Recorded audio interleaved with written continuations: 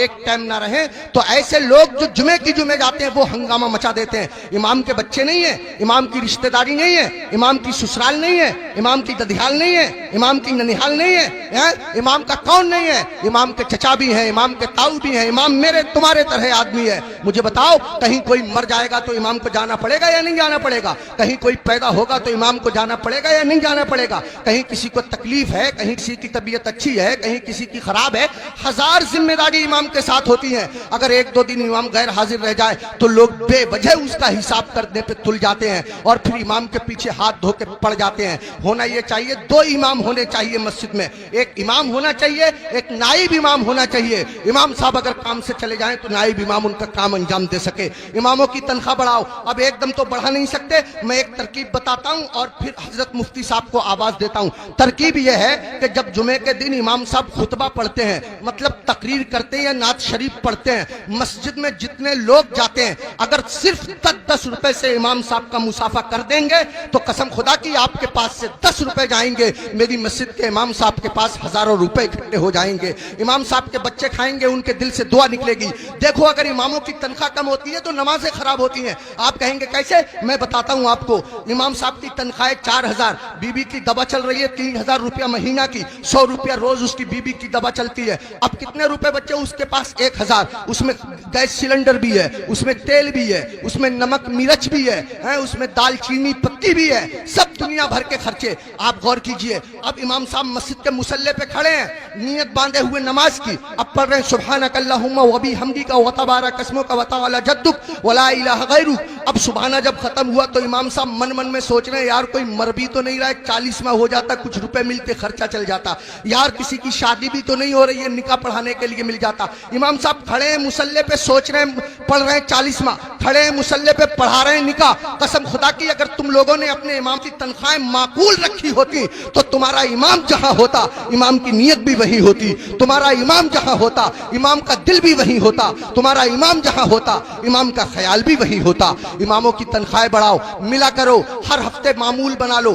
جب تم کماتے ہو, ہزاروں کماتے ہو, معمول بنا لو کہ ہر مہینے میں امام صاحب کو غوث اعظم کی طرف سے 11 روپے دوں گا یا 1100 روپے دوں گا یا 500 روپے دوں گا. مہینے میں تم کو تنخواہ ملے 10,000, مہینے میں تم کو تنخواہ ملے 15,000, 8,000, 8,000 میں سے 100 روپے چپکے سے جاؤ امام صاحب سے مسافہ کر کے آ جاؤ. اگر بستی میں 100 گھر ہیں, سب کے سب 100 روپے سے مسافہ کریں گے, حساب جوڑ آپ لینا روپے کتنے ہو جائیں گے, امام صاحب کا کام ہو جائے گا. میں کہنا یہ چاہتا ہوں اتنا بڑا امام, کبھی تم نے سوچا تم لوگ اپنے بستر پہ سوتے رہتے ہو فجر کی نماز کے وقت, تمہارا امام تمہاری بستی کی مسجد کے مصلی پہ بیٹھ کے تمہارے لیے دعا کر رہا ہوتا ہے, یا اللہ میری بستی پہ کرم فرما, یا اللہ اس بستی پہ رحم فرما, لوگوں کے کاروبار میں برکت عطا فرما, عزت کی حفاظت فرما, دولت کی حفاظت فرما, آبرو کی حفاظت فرما. اور تم اسی امام کے پیچھے پڑے رہتے ہو جو تمہارے لیے دعائیں کرتا رہتا ہے. ایک آدمی پڑا رہتا تھا بہت امام کے پیچھے, ایک دن پکڑ لیا امام صاحب نے, ابے فجر کی نماز پڑھی ہے؟ بولا بالکل پڑھی ہے. امام صاحب بولے کیا رکعتیں پڑھی ہیں؟ بولا 10.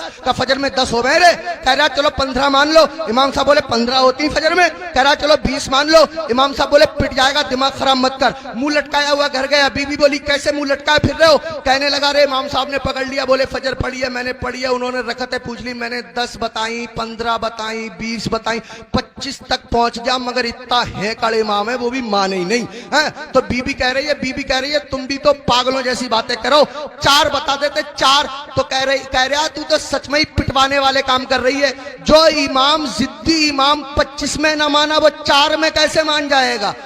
25 میں مانا نہیں 4 میں مان جائے گا. پٹوانے والے کام کر رہی ہے. اماموں کے قریب آؤ, اماموں کا خیال رکھو. جب کھانا کھانے بیٹھا کرو امام کو فون کر لیا کرو, حضرت کھانا کھایا نہیں کھایا, آیا نہیں آیا, اگر آیا تو کیا آیا. اگر تمہارے گھر کوئی اچھی چیز بنا کرے امام کو پہنچا دیا کرو, امام کا خیال رکھا کرو. بال کاٹنے کی دکان ہے, امام سے بال ترشوانے کے پیسے مت لیا کرو. کپڑے سلنے کی دکان ہے, امام کے کپڑے فری سل دیا کرو. پوری بستی کا ایک امام ہے, کیا نہیں ہو سکتا؟ مشکل کام نہیں ہے, مشکل کام نہیں ہے. ایک امام کے ساتھ اگر یہ رعایت کی جائے, کوشش کرو اپنی مسجد کے اماموں کو حج کراؤ, عمرے کے لیے بھیجو, سب مل کر کے کوشش کرو, تو کوئی کر رہا کام نہیں ہے. میں نے بہت قیمتی وقت لے لیا, آپ سے بھی میں معافی چاہتا ہوں اور مفتی صاحب سے بھی میں معافی چاہتا ہوں.